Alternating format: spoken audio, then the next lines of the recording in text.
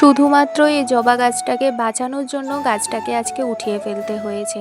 তো hello everyone, welcome back to my another new mini blog. আজকে আমি ইচ্ছে না থাকা সত্ত্বেও এই গাছটাকে রিপোর্ট করব। তার কারণ হচ্ছে এই গাছটাতে আমি যত প্রকারই ওষুধ বা খাবার ইউজ করছি না কেন, কোনোভাবেই গাছের গ্রোথ তেমনভাবে হচ্ছে না।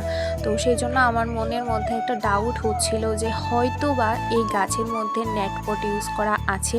তো সেই জন্য আজকে আমি গাছটাকে একদম বলতে পারো যে বাধ্য হয়েই উঠিয়ে ফেললাম। আর উঠিয়ে দেখি যে সত্যি সত্যি গাছটাতে নেটপট লাগানো। তো সেই জন্য গাছটাকে আমি জলের মধ্যে ভিজিয়ে রেখেছি।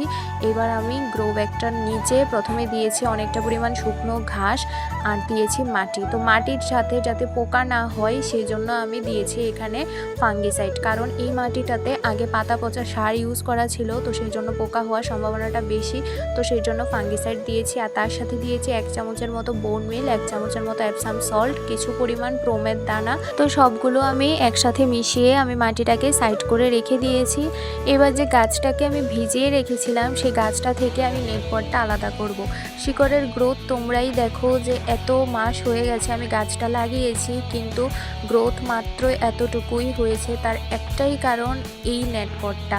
তোমরা যারা আমার এই ভিডিওটা দেখছো, তোমাদের মধ্যে কেউ যদি এমন থাকো যে তোমাদের নার্সারি আছে, তবে অবশ্যই আমাকে জানিয়ে যেও যে তোমরা কেন এই কাজটা করো। তোমরা জানো যে এই গাছগুলো এই নেটপটটার কারণে খুব বেশি বাড়তে পারে না, কিছু একটা সময় পর গাছগুলো মারা যায়।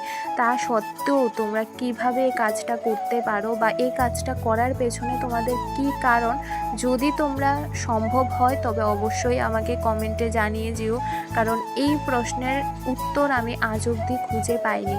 আমি যদি জানি এই কাজটা করার ফলে কোনো একটা জিনিসের ক্ষতি হবে, তাহলে আমি এই কাজটা কেনই বা করব। তো যাই হোক, গাছটা এখানে আমার বসানো হয়ে গেছে। এবার আমি গাছটাতে জল দেব। তো জলের সাথে আমি আরও কিছুটা ফাঙ্গিসাইড আর তার সাথে হিউমিক অ্যাসিড মিশিয়ে দিয়েছিলাম, যাতে গাছের স্ট্রেসটা অনেকটা কমে যায়।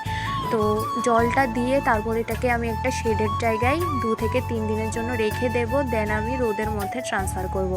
তো গাছটাকে বসানোর পর দেখলাম যে ডগা দুটোতে মিলিবাগ হয়ে গেছে, তো ডগা দুটো কেটে দিলাম। কেটে দেওয়ার ফলে যদিও গাছে আবার নতুন নতুন ব্রাঞ্চ হবে। তো কেটে দেওয়ার পর যেটা সব থেকে ইম্পর্টেন্ট সেটা হচ্ছে ফাঙ্গিসাইড লাগানো। এখানে আমি সাফ ফাঙ্গিসাইডকে অল্প একটু জলে গুলে তারপর ডগাগুলোতে লাগিয়ে দিয়েছিলাম। কাজটা অবশ্যই করতে হবে, তা না হলে কিন্তু গাছের ডাইব্যাক হওয়ার সম্ভাবনা থাকে। তো চলো, ভিডিওটা আজকের জন্য এতটুকুই। ভিডিওটা কেমন লাগলো অবশ্যই জানিও। টাটা।